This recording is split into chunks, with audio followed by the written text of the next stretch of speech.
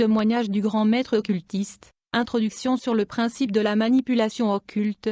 Il est écrit que celui qui pêche est du diable car le diable pêche dès le commencement. J'attends par manipulation la procédure d'utiliser la sorcellerie, le pouvoir psychique, occultique et métaphysique pour influencer, dominer et manipuler la vie d'une personne à des fins préjudiciables, directement ou indirectement. Quand les facultés de notre âme est soumise à la parole de Dieu, nous sommes protégés de toute manipulation satanique, et notre aura qui est une champ magnétique va repousser toute attaque contre notre vie grâce à la lumière qui lui est transmise par le Saint-Esprit. Il y a la manipulation directe et indirecte des puissances démoniaques produisant le même résultat qui est la servitude satanique. Par conséquent, la manipulation directe est une attaque psychique projetée contre une personne spécifique avec un plan mal intentionné. La manipulation indirecte est comme un piège mortel tendu à tout le monde. La manipulation fonctionne à travers la loi occulte de l'homogénéité métaphysique, qui stipule que celui qui vit dans le péché est susceptible de tomber dans le piège du diable et devenir victime. Dans les sciences médicales médiévales de la physiognomie ésotérique, également appelée la psychologie du soi supérieur, l'esprit de l'homme a 4 facultés fondamentales, facultés par lesquelles l'esprit humain transmet la conscience à notre corps matériel brut. C'est un fait absolu dans l'univers que la nature ultime de l'homme transcende la tiraille de la terre. À cette fin, la Sainte Écriture révèle que l'homme est un être tripartite ayant l'esprit et l'âme et le corps. La conscience de l'homme dans ce monde par lequel il pense, il parle et agit, est originaire de son esprit, et cette conscience est transmise à notre corps physique à travers les 4 facultés fondamentales de l'esprit. Quand ces 4 facultés fonctionnent normalement, notre vie manifestera la justice, la paix et la joie. Ceci permet au Saint-Esprit de nous protéger, car à travers le rayonnement constant du Saint-Esprit dans notre vie, le champ magnétique de notre esprit qui est l'aura sera en mesure d'expulser toute attaque externe des entités subtiles comme les démons. Néanmoins, chaque fois qu'il y a manque d'harmonie entre ces 4 facultés fondamentaux de l'esprit, la 5e faculté anormale de l'esprit devient active. Cette faculté est le média de la destruction qui attire les démons à venir manipuler une personne. C'est grâce à cette faculté anormale que l'homme entre dans ce qu'on appelle le maya en sanskrit, ce qui signifie le point zéro ou l'illusion. L'homme entre dans le point zéro par l'une des 5 inclinaisons ou tendances de la 5e faculté anormale de l'esprit. Il faut noter que la faculté anormale appelée point zéro devient active et intervient au moyen de 5 inclinaisons ou tendances. Ces tendances et inclinaisons de la faculté anormale comprennent l'envie, la colère, l'avidité, la vanité et l'attachement aux choses mondaines. Lorsque nous parlons de point zéro, nous parlons d'un état illusoire ou imaginaire dans lequel la vie d'une personne descend au plus bas degré de l'échelle spirituelle de l'être humain. Nous parlons de la condition dans laquelle la vie d'une personne est soumise aux inclinaisons et tendances le plus bas et animal de l'homme. Dans cette condition, l'homme devient accessible et peut être contrôlé, envoûté et dominé par les forces du mal. En d'autres termes, aucun être humain ne peut être manipulé sur la terre au moins qu'il soit influencé par des tendances et inclinaisons animales trop bas, qui provient de la faculté anormale de l'esprit. Dans la stratégie de contrôle et manipulation de l'homme, les éléments donnant accès aux forces du diable sont 1. L'envie qui constitue 50%, la colère 20%, la cupidité 10%, la vanité 10%, l'attachement au monde matériel 10%. Tous les péchés que commettent les hommes proviennent directement et indirectement de ces 5 tendances ou inclinaisons issues de la faculté anormale de l'esprit. Le péché est la stratégie majeure de l'ennemi contre l'humanité. Le péché est la plus grande puissance qui soumette l'homme à l'entité appelée Satan. La Bible dit que celui qui pêche est du diable car le diable pêche dès le commencement. À ce stade déjà il faut noter que à chaque fois qu'un être humain est en train de pécher, tous les portails psychiques de son être sont ouverts. Les démons peuvent entrer et sortir par ces portails. Un sataniste peut aussi projeter son esprit à l'intérieur de cet homme. En fait il y a 7 portails psychiques dans le corps humain qui sont fermés par Dieu. Mais l'inclinaison et la tendance animale qui pousse l'homme à pécher ouvrent ces portails psychiques qui sont des portes, ainsi permettant à des démons d'y entrer et dominer l'homme. Ces portails sont l'anus, l'organe sexuel, les narines, le cou, le front, la bouche, les oreilles, le front, raison pour laquelle il est important de couvrir notre être avec le sang précieux du Christ. Le diable est le dieu de ce monde qui sera bien sûr jeté dans le tank de feu. Mais tant qu'il est opérationnel sur la terre, l'homme sera soumis à toute forme de manipulation et domination. Tant que les forces du mal ne sont pas éradiquées de la planète Terre, ils vont continuer à dominer et manipuler la vie des hommes dans cette planète. Je veux dire tant que le diable et son armée sont opérationnels sur la terre, Chaque minute qui passe ne sera jamais dépourvue des activités de manipulation de principauté et de domination. C'est pourquoi réjouissez-vous, cieux, et vous qui habitez dans les cieux, malheur à la terre et à la mer. Car le diable est descendu vers vous, animé d'une grande colère, sachant qu'il a peu de temps. Le diable est conscient du facteur appelé temps, par conséquent il manipule le monde en mode d'accélération. Chaque minute qui passe sur la terre est remplie des manipulations démoniaques et des mouvements métaphysiques de la puissance ésotérique. Ces manipulations ont lieu avec une rapidité dont la vélocité est conçue par le dieu de ce siècle qui est Lucifer, afin de suffoquer l'humanité par l'entremise de la satisfaction des désirs mondains. La dimension physique et qui est la planète Terre est une région dans laquelle se déroule la guerre, la bataille et le combat spirituel. Même les païens ont la guerre dans leurs portes, parce qu'ils obéissent aux démons, et ils sont par conséquent en guerre contre leur Créateur. Les chrétiens sont en guerre contre les principautés et les dominations. La vie de l'homme sur la terre est une bataille dans tous les aspects, et dans chaque guerre il y a les champs de bataille. Nous savons qu'il y a une guerre invisible, un combat spirituel, mais plusieurs ne savent pas où se situent les champs de bataille et le front de guerre. La Bible dit qu'il y eut guerre dans le ciel. Michel et ses anges combattirent contre le dragon. Et le dragon et ses anges combattirent, mais ils ne furent pas les plus forts, et leur place ne fut plus trouvée dans le ciel. Et il fut précipité, le grand dragon, le serpent ancien, appelé le diable et Satan, celui qui séduit toute la terre. Il fut précipité sur la terre, et ses anges furent précipités avec lui. Nous devons comprendre que pendant que nous dormons la nuit nous sommes dans une période de guerre, parce que les forces du mal intensifient leur activité. La puissance de la sorcellerie agit sur les hommes soit lorsqu'ils sont au point zéro dans le péché, soit lorsqu'ils sont en train de dormir. Les disciples de Jésus sont appelés à dormir moins que ceux du dehors, mais à veiller et prier. Il est écrit, veillez et priez, afin que vous ne tombiez pas dans la tentation. L'esprit est bien disposé, mais la chair est faible. Les chrétiens doivent dormir 6 heures au lieu de 8 heures. La Bible dit que quand les gens dormaient, son ennemi vint, sema de l'ivraie parmi le blé, et s'en alla. Mon initiation dans l'occultisme. Notre monde, la planète terrestre, est une dimension qui est soumise à des attaques psychiques et des manipulations des puissances de Satan, mais ceux qui croient en Christ auront toujours la victoire dans chaque bataille.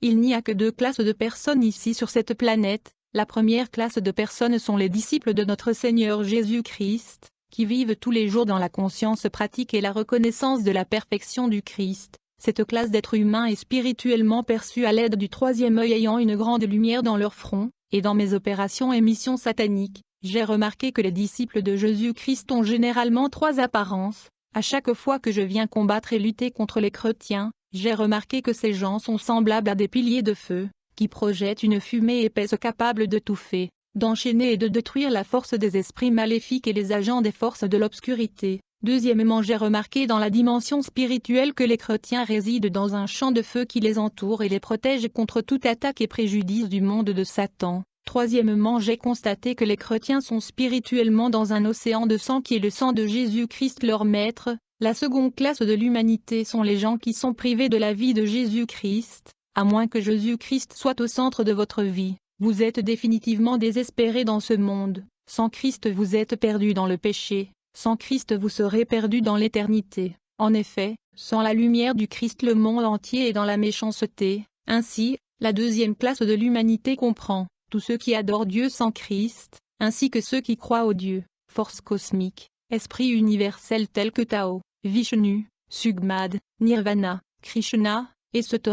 Tous ceux qui appartiennent à un culte secret, un club, une fraternité, ou société secrète, tous les sceptiques, les agnostiques, les païens ou ceux qui pratiquent la sorcellerie, la magie, le voodoo, l'occultisme, le yoga, l'astrologie et mysticisme, ils sont perdus sans Jésus-Christ de Nazareth, mon initiation. Chaque initiation à l'une des 5 sauts cosmiques de l'opération crépuscule est différente, et à ce rituel propre. Ma première initiation cosmique a eu lieu à l'âge de 7 ans, et c'était en 1971. Je suis né dans ma ville natale qui est issue Njaba dans l'État d'Imo, au Nigeria. Dans ma ville natale il existe une divinité prédominante, un esprit de contrôle, connu sous le nom de Njaba. Cette divinité est mystérieuse et puissante dans ses opérations, et il est le principal démon qui opère dans la rivière Njaba. Les gens de ma région croient que c'est cette divinité qui a empêché la guerre civile au Nigeria d'atteindre notre région. Cette divinité commande un type de démons qui ont la forme de serpents, et qui sont appelés Ekunjaba,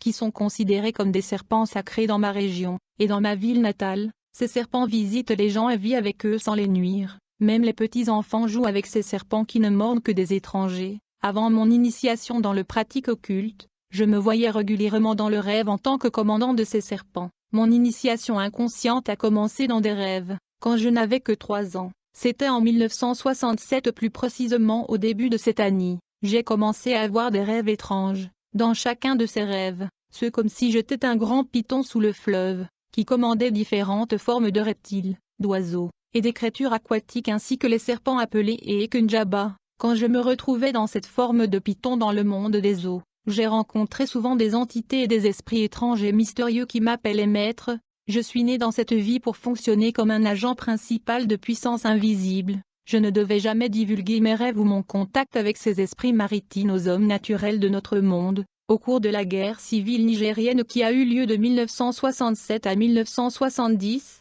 j'étais avec mes parents dans un certain village situé autour du fleuve Niger dans l'état du River, et la guerre civile n'avait pas affecté cette région. En effet, alors que beaucoup de gens souffraient de la faim pendant la guerre civile, cette région avait assez de nourriture. Mais ce village est un lieu hautement reconnu pour les opérations de sorcellerie. C'est un endroit où on est soit une sorcière, un sorcier, un agent du diable, une sirène ou un membre du culte mystique. La plupart des gens sont serviteurs du démon ou divinité locale et prédominante appelée Lioji. En fait, il n'y avait pas d'église dans cette région, même pas l'église catholique. Et toute personne ordinaire qui vient dans ce village ne reste pas longtemps avant d'être mutilée ou tuée. C'est dans ce village que je suis entré en contact avec le monde invisible. Dans ma ville natale il existe un culte connu sous le nom de Concor qui est le culte des esprits ancestrales. Mon père a parrainé mon initiation directe dans ce culte quand je n'avais que 8 ans. Ma première expérience du voyage astral, dans le langage mystique, la projection astrale et le voyage de l'âme sont relativement semblables,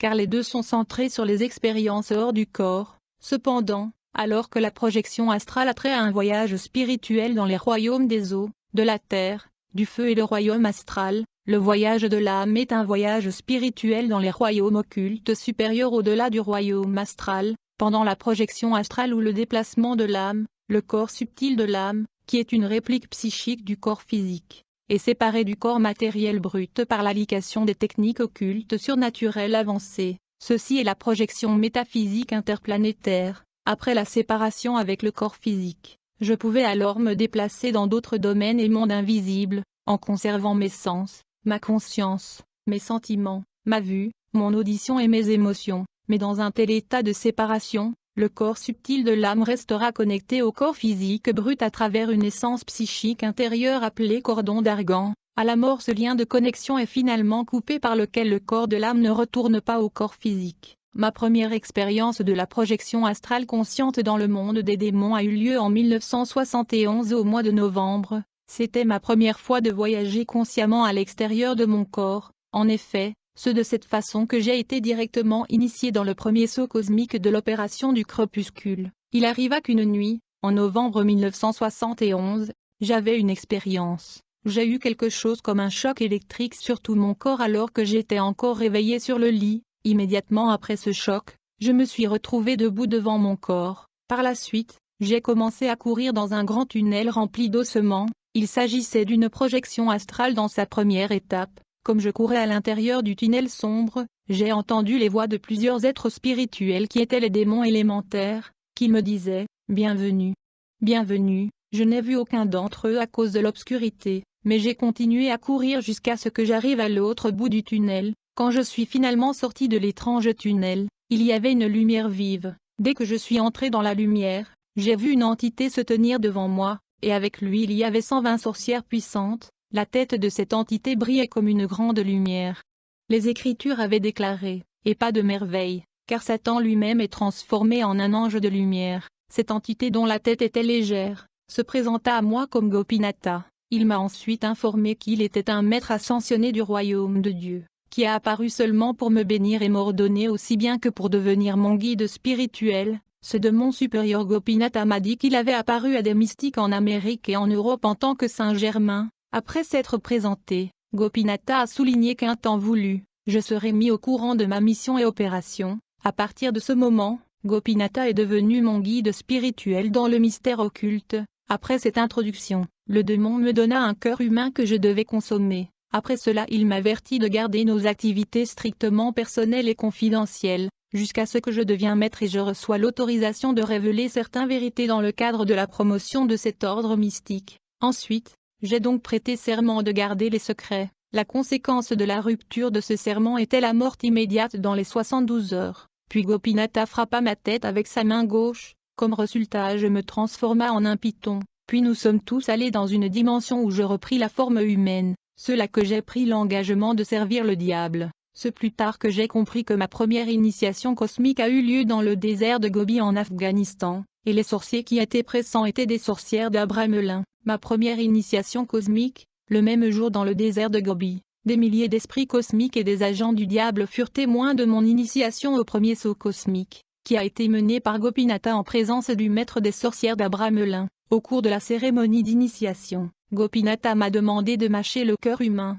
Je l'ai mâché et j'ai immédiatement reçu le pouvoir d'entendre la langue des esprits des royaumes occultes. Alors que l'initiation était en cours, il y avait un feu au centre de notre rassemblement, et on me demanda de danser autour du feu, ce que j'ai fait. Ensuite j'ai traversé le feu brûlant 7 fois. La moitié de mon corps de mon côté gauche fut lavée avec le sang humain. Le même sang fut utilisé pour oindre mes yeux et mettre un sceau sur mon front. À partir de ce moment j'ai commencé à utiliser mes yeux pour projeter des rayons et attaques psychiques contre des personnes. Après avoir lavé la partie gauche de mon corps, un démon appelé Gora s'est levé au milieu des esprits. Ce démon est un transporteur du sceau d'Evik 333 de l'opération du crépuscule. Dès qu'il se leva, il reçut un sceau secret, et par l'ordre de Gopinatha il entra et occupa le côté gauche de mon corps. À partir de ce moment, ce démon appelé Gora est devenu ma deuxième personnalité, pour m'assister dans les missions et opérations astrométaphysiques des puissances des ténèbres. Ce démon fut instruit par Gopinatha de demeurer en moi jusqu'à ma deuxième initiation. À partir de ce moment-là je fus surnommé Gora dans le monde des esprits. Cependant dans toutes mes initiations dans les 5 sauts cosmiques, le côté gauche de mon corps fut habité par tour de rôle par différents esprits. Ainsi de 1971 à 1992 lorsque j'ai été entièrement délivré par la puissance de Jésus-Christ, je n'ai jamais vécu totalement comme un être humain, je vivais comme un humain avec mon côté droit, et comme un démon avec mon côté gauche. Néanmoins, après mon initiation j'ai encore une fois été transformé en python, et finalement Gopinatha me transporta vers l'endroit où mon corps physique était allongé sur un lit. Quand il m'a laissé tomber sur le sol, je me suis levé comme un être humain, et j'ai découvert avec étonnement que j'avais 3 parties. Dans mes aspects tripartites j'ai observé que mon corps physique était sur le lit, que mon corps astral était debout, et ma seconde personnalité qui est le démon Gora était à côté de moi avec ma forme particulière dans tous les aspects. Cette étrange expérience occulte prit fin lorsque mes 3 personnalités se sont fusionnées en une seule qui est moi-même, puis je suis revenu à la conscience physique. Mais à partir du moment où je fus habité par le démon Gora, j'ai commencé à effectuer des projections astrales constantes dans de différents mondes et dimensions du royaume de l'obscurité. Quand j'étais dans la forme astrale, je pouvais me transformer en de diverses formes, je pouvais traverser les murs et les matières solides, je pouvais me projeter dans un arbre, dans une personne ou dans un animal ou au-delà des portes verrouillées. Au cours des 21 années de mes opérations occultes conscientes, je vivais totalement dans la méchanceté et dans l'essence négative des manipulations démoniaques. J'étais un expert dans l'art de manipuler les gens de différentes façons pour obtenir ce que je voulais. Parlons un peu du poison astral. D'abord il faut reconnaître que c'est dans ton intérêt de vivre dans la sanctification. Si seulement tu savais le degré de la manipulation infligée sur votre vie grâce au péché vous alliez faire des efforts nécessaires pour en sortir. Quand une poison astrale est lancée par un sorcier, cette poison agira de sorte à vous mettre dans le point zéro, où vous allez être influencé par les tendances et inclinaisons de la faculté anormale de l'âme telles que la colère, l'envie, la vanité, la cupidité et l'attachement aux choses mondaines. Ces inclinaisons et tendances rendent l'homme esclave du royaume de ténèbres, et les hommes sur la terre sont soumis aux manipulations sataniques grâce à ces tendances animales et terrestres qui sont le péché, et peuvent donc être détruites par l'ennemi. Cette poison peut agir en vous pendant plusieurs jours avant de se retirer. Quand une personne n'est pas en Christ il peut vivre 100 années sur la terre il va passer toutes ces années sous la manipulation et domination de l'ennemi. Alors si tu n'es pas en Christ, sache que toute ta vie sur la terre y compris tes études, ton mariage, ton travail peut être soumis à la manipulation de l'ennemi. Mon deuxième initiation cosmique. Ma deuxième initiation cosmique dans le sceau de Cal 666 de l'opération Crépuscule a eu lieu dans le temple de Katamisha. du royaume occulte des eaux en novembre 1975, le démon supérieur appelé Katamisha est le mari de la reine du fleuve Delta. Pendant mon initiation, il y avait 8 êtres humains et des centaines de démons pour l'occasion. Nous avons tous voyagé spirituellement vers le lieu de l'initiation. Nous étions tous assis dans la méditation devant la statue de Kaliya, le souverain de l'ensemble du royaume de l'eau, en chantant les hymnes sacrés, en attendant la manifestation de mon maître démoniaque Gopinatha. Quelque temps plus tard le démon Gopinatha est apparu, et avec lui étaient le démon Katamisha et 2 autres démons. Ils s'assirent dans leurs trônes respectifs. Alors nous avons continué à danser devant la grande statue de Kaliya. Quand nous avons terminé la danse, Gopinatha nous a parlé brièvement. Il m'a dit spécifiquement que j'étais béni, et choisi pour devenir un étudiant des mystères de l'occultisme. Puis le démon Katamisha a pris la parole. Il a cité un verset de la Sainte Bible qui dit « Et il y en a 3 qui rendent témoignage sur la terre, l'esprit, l'eau et le sang, et ces 3 sont en accord. » Il a ensuite interprété à tort la parole de Dieu, pour dire que quand un homme est nourri du sang humain dans le royaume des eaux,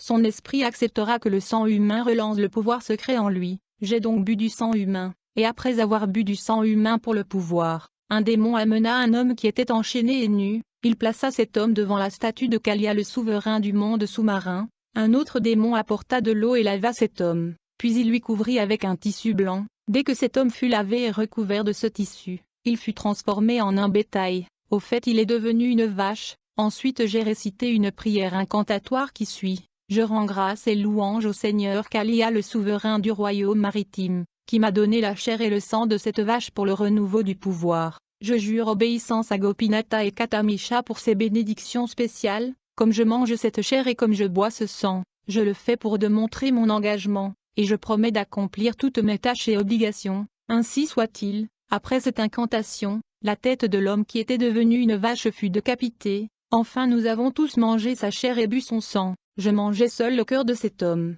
Cet exercice marqua ma 2e initiation cosmique dans l'opération du crépuscule. Dans cette initiation, Gora, le démon qui habitait dans mon corps et qui était ma seconde personnalité à la première initiation, me quitta, pour le laisser la place à un démon supérieur appelé Arapian, qui est devenu ma seconde personnalité pour les opérations ésotériques et occultes. Ce alors que j'ai reçu le sceau de Cal 666. À partir de là je fus nommé Arapian dans les mondes spirituels, mais au fur et à mesure que mon initiation tendait vers la fin, quelque chose de mystérieux se passa. Une fumée de feu très puissante, mystérieuse, étrange et épaisse, pénétra au milieu de nous, et aussitôt il y avait confusion parmi nous. C'était vers 2 heures du matin. Cette fumée étrange avait la puissance d'enchaîner tout démon ou agent humain des puissances de l'obscurité. Ainsi, chacun de nous, y compris Gopinatha et Katamisha, se sont efforcés de s'échapper de cette fumée. Pendant que nous étions en train de fuir, Gopinatha a ordonné que nous devrions tracer et localiser la source de cette fumée omniprésente. Nous avons suivi une autre voie pour retrouver l'origine de cette fumée épaisse. Plus tard nous avons découvert entre autres que la fumée venait d'une certaine maison à Nairobi, au Kenya, où 5 disciples de Jésus-Christ étaient engagés dans l'art de prier et d'appeler le nom et le sang de Jésus-Christ. Ces frères priaient sérieusement et invoquaient le feu céleste au nom de Jésus-Christ, pour anéantir les forces des ténèbres dans le pays, dans l'espace tout comme dans le monde sous-marin. Ils invoquaient le sang de Jésus pour déconcerter les opérations démoniaques, et ils ont spécifiquement mentionné que le Seigneur devrait bannir toute réunion des puissances des ténèbres dans l'eau. J'ai vu et constaté que chacun de ces 5 disciples de Jésus-Christ était comme des piliers de feu qui dégageaient une puissante fumée épaisse. Nous n'avons vu aucun d'entre eux comme un être humain ordinaire. Ils étaient de colonnes de feu. À cette fin, nous avons quitté l'endroit sans effort de chercher à s'arrocher d'eux. Cet incident m'a révélé pour la première fois la puissance de la prière des disciples de Jésus-Christ. Nous devons savoir que plus il y a de la prière dans le monde, plus le monde sera meilleur.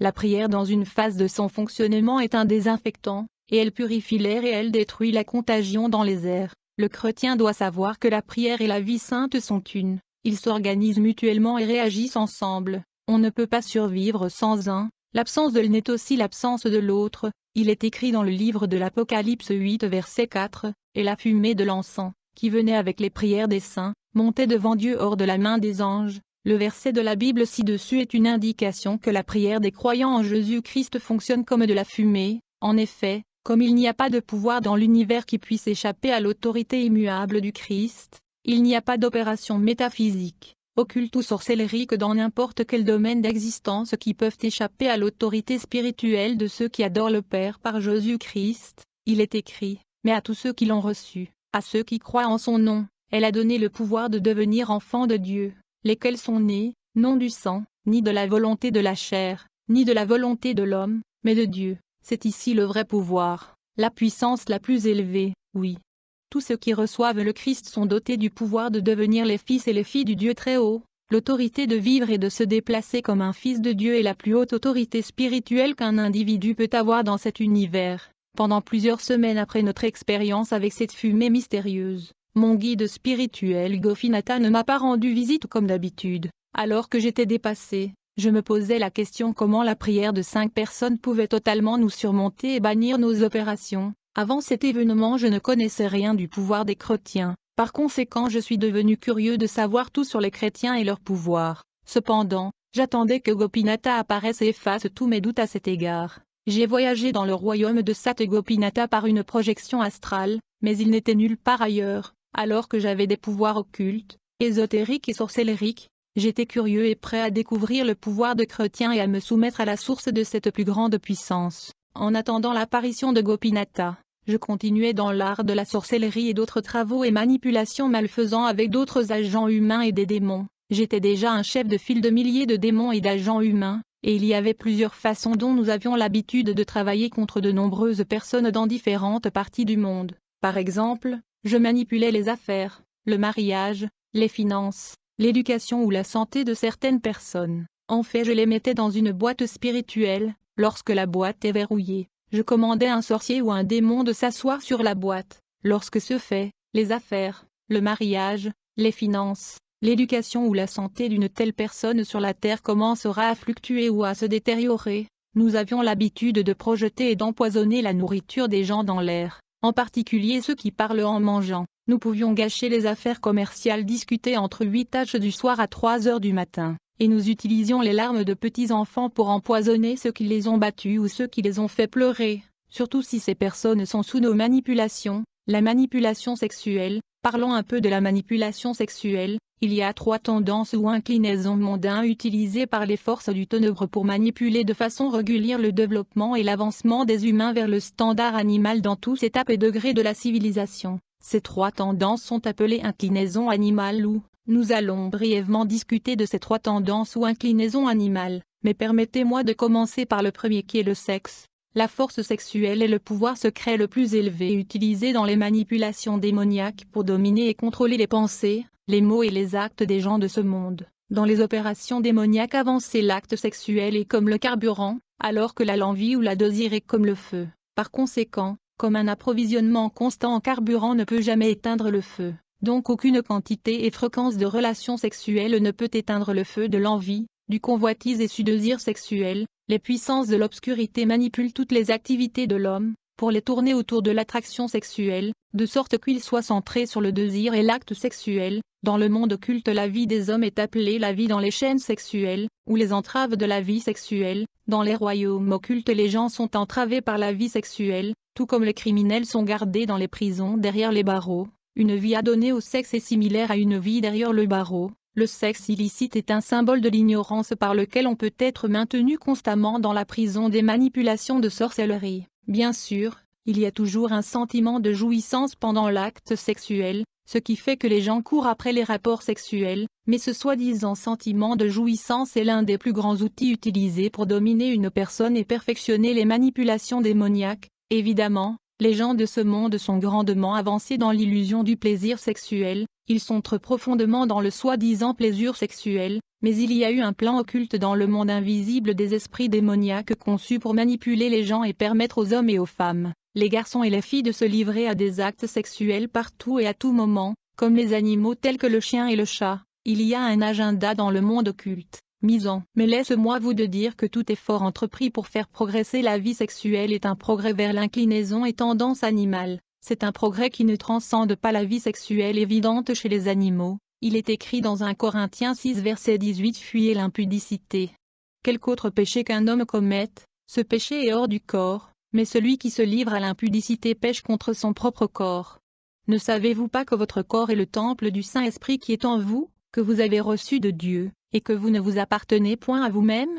Chers chrétiens, la manipulation sexuelle est l'une des plus grandes stratégies du monde occulte contre l'humanité. Il y a des millions de sirènes du monde des eaux, et des espies sous-marins qui travaillent avec les sorciers pour emprisonner l'humanité dans les pratiques sexuelles qu'on retrouve chez les animaux. En fait, au mois de juillet en 1996, environ 30 millions de sirènes et esprits du royaume occulte sous-marin ont été envoyés à la surface de la Terre sous forme de jolies femmes, avec comme objectif de se prostituer et séduire les nations de la Terre. Ces femmes étaient des démons en déguisement, envoyés pour renforcer ceux qui étaient déjà envoyés avant eux. Leur mission était supposée durer jusqu'à 1997. Il faut donc comprendre qu'il y a 3 types de prostituées sur la Terre. La première catégorie sont des démons ou de sirènes du royaume occulte des eaux. La seconde catégorie sont des agents humains du royaume sous-marin qui sont possédés par des démons. Ils portent souvent des talismans, des chaînettes, bracelets, ou des habits d'une couleur précise comme symbole de leurs initiations et leur alliance avec les démons.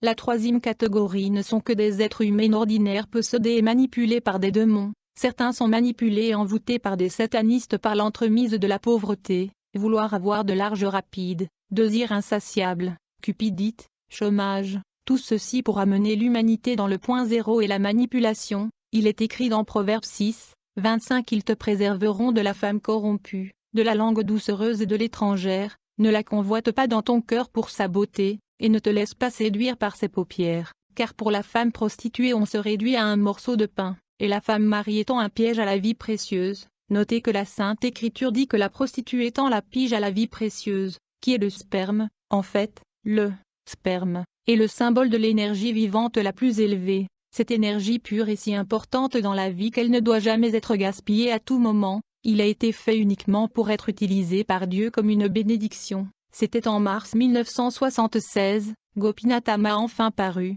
Il m'a commandé d'être pleinement préparé à une grande guerre spirituelle contre les chrétiens partout dans le monde. Quand je lui ai interrogé sur le pouvoir derrière la prière des chrétiens, il m'a répondu que pour l'instant je devrais oublier cela. Il a seulement souligné que la bataille contre les chrétiens est notre préoccupation. Gopinath m'a cependant promis que pendant ma 3e initiation, je serais amené à tout savoir, y compris les secrets des chrétiens et ce qu'ils représentaient. Néanmoins, il faut souligner que la fumée épaisse résultant de la prière des saints nous avait perturbés en différentes occasions et en plusieurs reprises. La prière de chrétiens causait une grande confusion dans les domaines des puissances des ténèbres. Conférence astrale dans la planète Vénus. Ma 3e initiation cosmique dans les mystères des royaumes occultes a eu lieu en avril 1979. C'est alors que j'ai reçu le sceau du Shiva 999. Il y avait des esprits supérieurs et inférieurs pour cette initiation dans le 3e degré de l'opération du crépuscule. Il y avait 60 000 catégories des forces cosmiques PRS.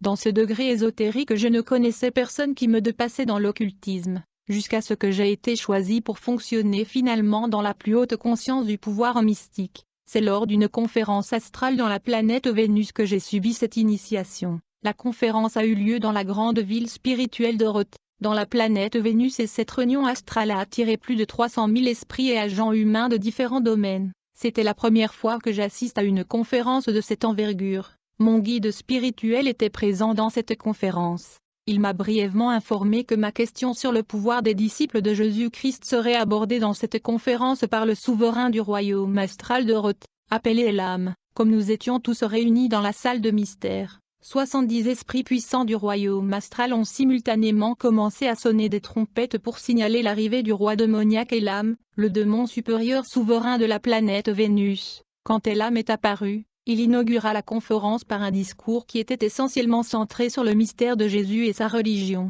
Il a également parlé de ce qu'il appelait l'entité Jéhovah, tout ce que le démon supérieur Elam a dit à propos de Jésus-Christ, les chrétiens et Jéhovah Dieu, et ci-dessous. Voici le résumé de son discours blasphématoire dans la réunion astrale. Dans son adresse, Elam nous a informé que le nom secret de Jésus était Jésus Ajonishim. Il a cité un verset de la Bible qui dit « Et il avait un nom écrit que personne ne connaissait, mais lui-même ». Apocalypse 19 verset 12. Il a déclaré que Ajonishim était le nom secret de la seconde personnalité de Jésus dans sa 2e initiation cosmique de l'opération du crépuscule, et que le guide spirituel de Jésus était alors connu comme Maître Zadok. Elam nous a informé que Jésus souffre énormément aujourd'hui à Kosa, une prison astrale située dans la ville de Roth. Il a dit que c'était à cause des infractions commises par Jésus lorsqu'il était physiquement sur terre. Par exemple, Elam a déclaré que Jésus était une mystique du deuxième saut cosmique de l'opération du crépuscule, qui a finalement rompu le vœu du silence et a commencé à opérer des miracles ouvertement sans l'approbation de la hiérarchie des forces cosmiques. Elam a proclamé qu'en raison de ces grandes et autres infractions mineures, Zadok était habilité à neutraliser les pouvoirs mystiques de Jésus, raison pour laquelle Jésus a déploré et a crié « Mon maître Zadok et les esprits d'Éloi, pourquoi m'avez-vous abandonné ?» Il a dit que c'était la vraie déclaration de Jésus, et que la Bible n'a pas donné un rapport précis en disant que Jésus a dit « mon Dieu, pourquoi m'avez-vous abandonné ?» Elam dit que Jésus restera dans la prison de Kosa pour les 300 prochaines années. Il a également déclaré que Jésus a été jugé dans le royaume astral et jeté dans la prison de Kosa en l'an 70. En outre, il a sérieusement prévenu que le même châtiment infligé contre Jésus est le même châtiment que tous ceux qui ont brisé le serment du silence doivent subir. Ceci est le discours blasphématoire du démon Elam contre le Seigneur et le Sauveur de l'univers Jésus-Christ. Il est écrit, il lui fut donné une bouche qui parlait de grandes choses et de blasphème, et il ouvrit sa bouche en blasphème contre Dieu, pour blasphémer son nom et son tabernacle, et ceux qui habitaient les cieux. Apocalypse 13, verset 5. Elam a continué son discours blasphématoire. Il a souligné que les disciples de Jésus-Christ sont des criminels psychiques, des rebelles et des hommes recherchés. Selon lui, c'est parce que les chrétiens essayent jour et nuit d'utiliser la force de la prière pour libérer Jésus de sa situation. Il a déclaré que c'est une grande infraction conformément aux lois du royaume astral. Il a donc ordonné et instruit chacun de nous à opérer et fonctionner comme la police astrale afin d'appréhender de tels criminels chrétiens, et de les traîner dans le tribunal astral à la présence de Naga, le seigneur de la mort et du châtiment. Elam a déclaré que l'arrestation des chrétiens n'aurait pas été ordonnée s'ils avaient cessé de prier, et s'il avait accepté que Jésus puisse être libéré de la prison au moment fixé par le tribunal astral. Il a également déclaré que la proclamation des chrétiens selon laquelle Jésus-Christ est mort pour les péchés du monde est une offense et infraction. D'après lui, Jésus est mort pour ses propres péchés. Dans cette conférence astrale, Elam a expliqué pourquoi la prière des croyants est comme une fumée épaisse. Il a dit que c'était parce que de telles prières ne pouvaient pas accomplir leur but qui est de libérer Jésus de sa prison astrale. Par conséquent, ceci se transforme en fumée et commence à gêner et perturber les opérations spirituelles officiellement approuvées. En fait, le discours du démon supérieur Elam dans cette conférence était la base logique et philosophique par laquelle je me suis beaucoup battu contre les chrétiens au courant des années, pensant que je faisais un bon travail pour Dieu et pour l'humanité. Enfin, le démon Elam ordonna que nous soyons amenés à la présence de Jésus à Jonishim dans la prison astrale, pour faire l'expérience de tout ce qu'il venait de nous dire. J'étais l'un des rares agents humains qui ont été choisis à visiter le faux Jésus dans sa prison astrale. Gopinatha m'amena avec 4 autres personnes, tandis que d'autres guides spirituels ont amené leurs disciples respectifs. Nous avons tous voyagé dans un certain domaine du royaume astral, dans la prison de Kosa pour rencontrer un démon au nom Jésus à Jonishim, qui prétendait être Jésus-Christ de Nazareth. Je ne savais pas qu'il était un démon, je pensais qu'il était le vrai Christ, parce que c'était ce que j'étais censé croire par les forces de l'obscurité. Ce Jésus à Jonishim nous a également parlé brièvement et a dit, « Je suis Jésus que les chrétiens proclament être leur maître sur la terre, et je suis à Jonishim qu'ils ne connaissaient pas. Je suis dans cette prison de Kosa pour expier mes offenses pendant que j'étais sur votre planète. En vérité, je vous le dis, quiconque suit mon chemin de méfaits, il viendra à moi dans cette prison. » Il a continué, « Les soi-disant chrétiens se sont égarés de plusieurs façons. Ils disent que je suis mort et ressuscité de la tombe, mais c'est un mensonge. Je vous dis la vérité, alors que j'étais sur terre je me suis marié, j'ai eu 4 enfants, j'ai vécu pendant 96 ans, et j'étais mort en Perse. Les chrétiens ne le savent pas, mais ils essaient d'utiliser la prière pour me libérer de ce prison, et par là ils ajoutent à mes souffrances dans leur ignorance. Par conséquent, allez les combattre, allez et arrêtez-les.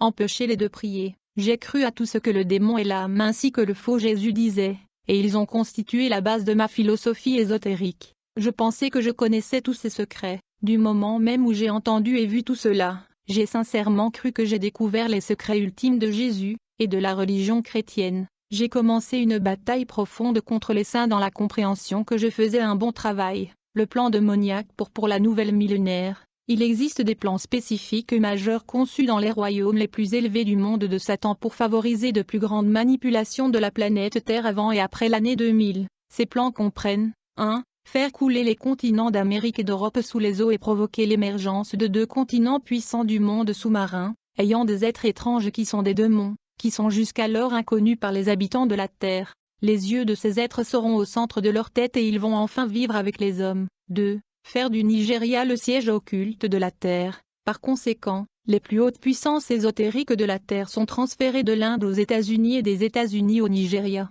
Cela a eu lieu en juillet 1976 lorsque deux planètes dans le système solaire Mars et Jupiter se sont alignées avec la Lune dans la 7e constellation astrologique du zodiaque. 4.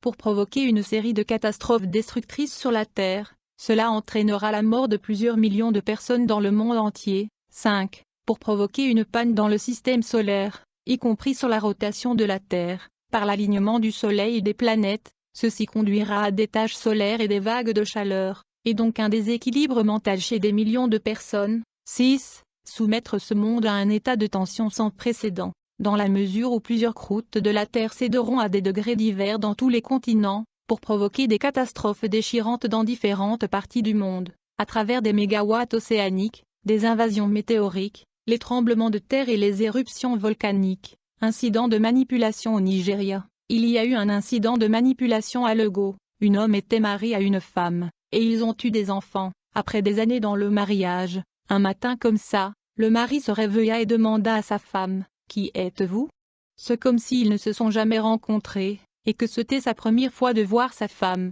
Il demanda à la femme « Qui êtes-vous et que faites-vous ici » La femme était étonnée. Elle pensait que son mari plaisantait, mais malheureusement pour elle son mari était sérieux. Il finit par mettre dehors sa femme et ses enfants car il ne le reconnaissait pas. Avant cela, les voisins sont venus pour tenter de résoudre le problème mais ils étaient étonnés de voir cet homme leur dire qu'il ne connaît pas sa femme. Les voisins pensaient que le monsieur était devenu fou, mais il leur a dit qu'il se rappelait avoir rencontré sa femme une fois, et dans cette occasion-là elle était prostituée et c'était juste une nuit, et ils ne se sont plus rencontrés. Puis la femme se mit à pleurer et confessa qu'elle avait manipulé son mari au mariage. Elle a confessé qu'elle a manipulé son mari par envoûtement concentré. Elle confessa avoir gardé l'esprit de son mari dans un sacoche mystique, et ceci lui permit de dominer et hypnotiser son mari pendant tous ces années. Pendant que l'esprit de cet homme était dans le sacoche, il était envoûté, sa conscience était contrôlée. Il n'avait ni le courage ou la force ou la capacité de résister à la force qui avait aveuglé son intelligence.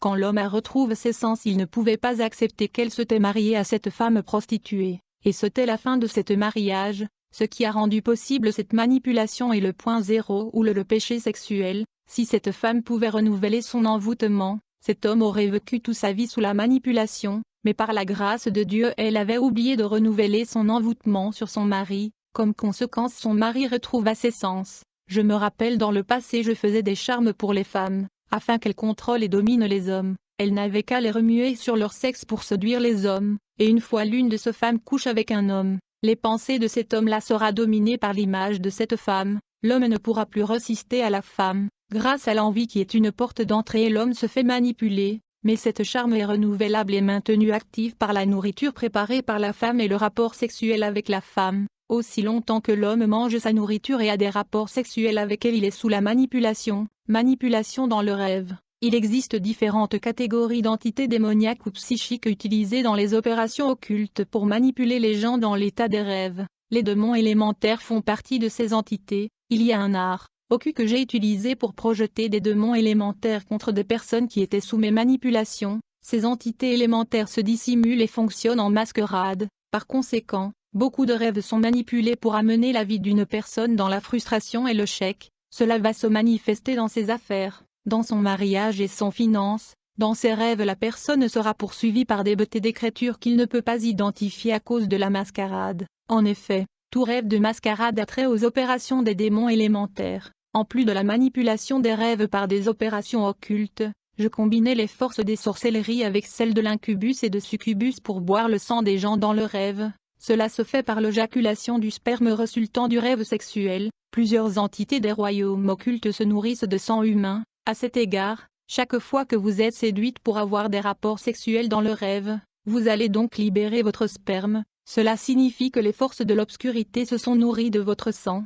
Avoir des rapports sexuels dans le rêve avec des démons résulte la contamination psychique et de l'influence malveillante. Cette expérience entraînera une faiblesse sur votre vie, ainsi que la malchance dans divers aspects de votre vie. Maintenant, permettez-moi de souligner que la partie privée ou le sexe de l'homme ou de la femme qui viennent dans vos rêves pour avoir des relations sexuelles avec vous, y compris les parties privées des 3 catégories de prostituées que j'avais citées, sont des instruments spirituels utilisés pour aspirer du sang à travers des manipulations très élevées de démons et les agents humains du monde de ténèbres. En fait, dans le monde des esprits, les parties privées ou les sexes des agents du monde de ténèbres comme celle des sirènes sont préparés à être comme la tête d'un vautour, la tête d'un serpent, la tête d'une vache ou d'une tortue, et c'est par ces têtes que le sang humain est finalement extrait des personnes ayant des rêves sexuels, même dans la vie courante. Bien sûr, un démon ou un agent humain des forces de ténèbres peut être sous la forme d'une autre personne pour avoir leur relation sexuelle avec vous dans le rêve,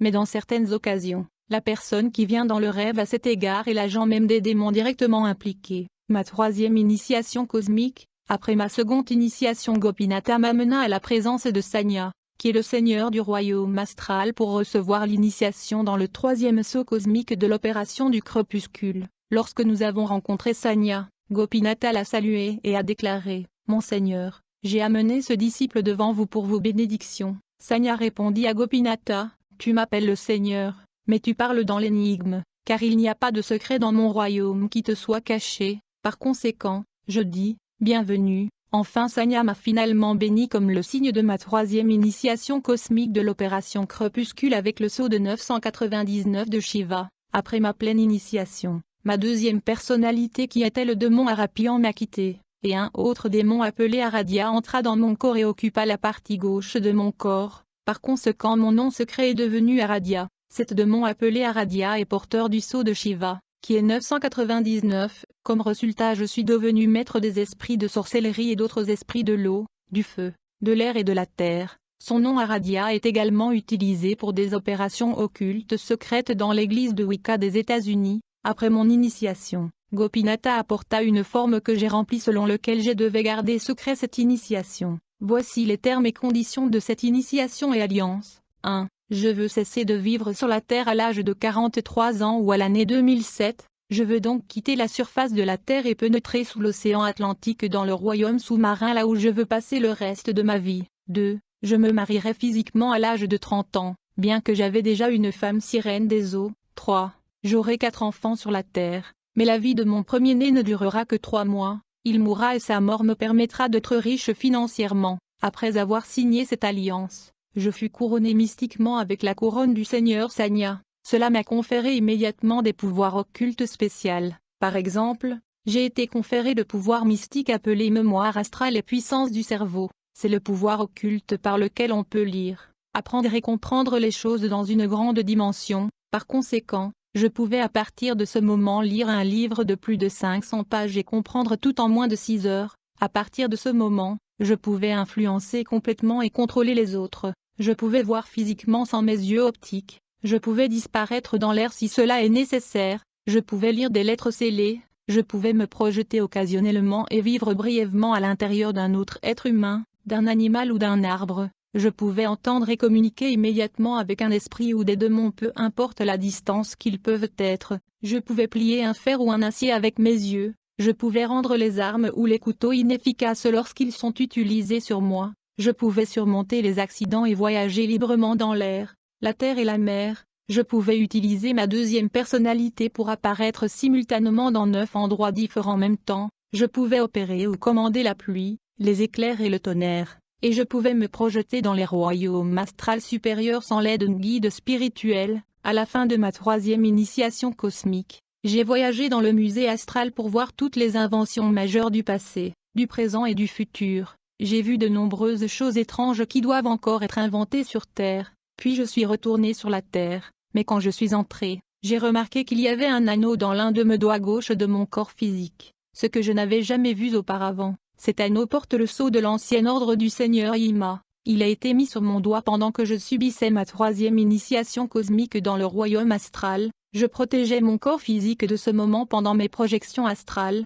De plus, je pourrais fermer mon œil droit et utiliser mon œil gauche dans le trou de l'anneau pour voir tout ce que je souhaiterais voir quand je ne suis pas en projection astrale. Mariage avec un démon. J'étais marié à une entité ou esprit des eaux féminines, qui était un démon du royaume occulte de l'eau, qui me rendait visite physiquement sur la terre de temps en temps. Cet mariage est un processus de servitude démoniaque et d'asservissement. Les personnes qui sont mariées à des sirènes ne peuvent pas se marier physiquement sur terre, mais dans mon cas, Ce n'était pas le cas, cependant, des femmes ou des filles venaient toujours chez moi, mais elles ne savaient jamais que j'étais mariée à un démon. Certaines de ces dames ne savaient pas non plus que c'était contre ma loi mystique de se livrer à un acte sexuel avec des femmes de la terre, sauf dans mon soi-disant période libre, qui était de 21 jours tous les 365 jours de l'année. Même dans une période aussi libre, je participe rarement à la vie sexuelle avec les femmes. À cette fin, j'ai enseigné la plupart des mauvaises leçons de mes copines, alors que j'ai tué certaines d'entre elles. Par exemple, il y avait une certaine dame hautement avancée dans l'art de la sorcellerie noire, qui avait à la fois des parties privées masculines et féminines dans le monde de la sorcellerie. Cette dame est venue et a vécu avec moi pendant 9 mois, mais pendant cette période, je n'ai pas eu de rapport sexuel avec elle. Son plan était de me marier avec elle, alors que ma femme spirituelle la sirène ne l'aimait pas. Cette dame a été initiée à la magie noire par sa mère à l'âge de 2 mois. Par conséquent, cette dame et mon épouse la sirène se sont battus à plusieurs reprises dans le monde des démons. En raison de cela, je n'étais pas content de cette fille. Alors j'ai projeté des manipulations ésotériques plus élevées contre elle. J'ai projeté 10 esprits astrales contre la dame, et dans 5 jours ils l'ont manipulée, et l'ont poussée à se battre avec son frère aîné. Au cours de ce combat, son frère a eu son oreille droite coupée mystérieusement. Manipulation par la colère. La colère est une inclinaison ou tendance de la 5e faculté anormale de l'esprit, utilisée dans les manipulations démoniaques contre l'humanité. Il existe différentes entités psychiques et démons utilisés dans les opérations occultes pour posséder et dominer une personne à tendance colérique. Les démons élémentaires sont également parmi ces entités psychiques. Ils peuvent posséder et dominer la vie d'une personne qui est vaincue par la colère et le rendre esclave. Quand un homme est colérique, il attire directement les esprits maléfiques pour venir lui posséder. Ainsi, il est écrit, « Ne sois point le compagnon de l'homme colère, et ne va point avec l'homme furieux, de peur que tu n'apprennes ses voies, et qu'elle ne soit un piège pour ton âme. Un homme violent excite des querelles, mais celui qui est lent à la colère apaise les disputes. » Quand on est dominé par des démons, même au-delà de sa reconnaissance objective, certaines maladies peuvent être transmises en vous. En outre, la force de la colère est utilisée pour pousser l'humanité à se battre, ce qui est une tendance ou inclinaison animale. Maintenant, c'est un autre domaine majeur de l'avancement de l'homme sur Terre, par le combat ou la guerre chez les hommes. Le sang est gaspillé dans la satisfaction ultime des pouvoirs de l'obscurité. Lorsque nous parlons de la puissance militaire des nations sur Terre, ainsi que du développement des armements à destruction massive, nous parlons de l'avancement de l'attirail de combat. Mais ce prétendu progrès est une manipulation conçue pour soumettre l'homme au niveau de vie animale, car les animaux se battent comme cas,